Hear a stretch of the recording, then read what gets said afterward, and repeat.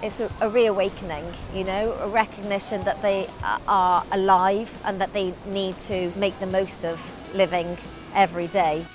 Oh, that was amazing. That was so exhilarating. I'm 58 and I'm doing things I've never thought I would do before. We've all had breast cancer. We've all fought through that and survived it, so that's great. And we're all willing to try crazy things like this, to be honest.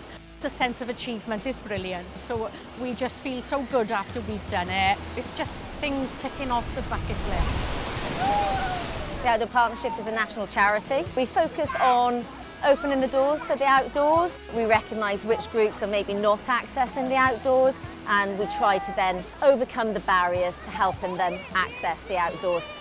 We started off with some wellbeing walks, and then we moved up a notch of excitement in towards doing surfing, stand-up paddleboarding, climbing, coasteering. Today we've got whitewater rafting at Cardiff International Whitewater Centre.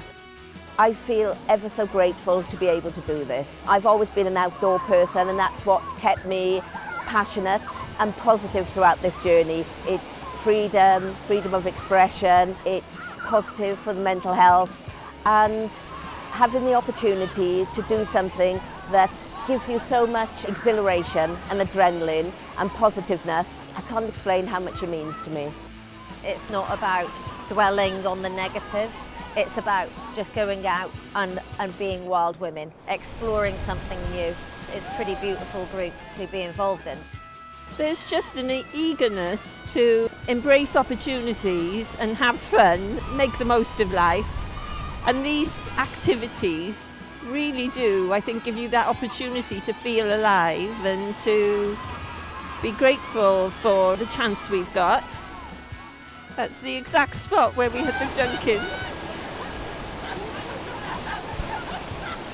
It's really obvious that whether it's gentle exercise or whether it's the adventure outdoor activities, being outdoors is good for our mental health and our well-being. I've got 4 groups attending different activities today. None of this would be possible without Sport Wales and the National Lottery.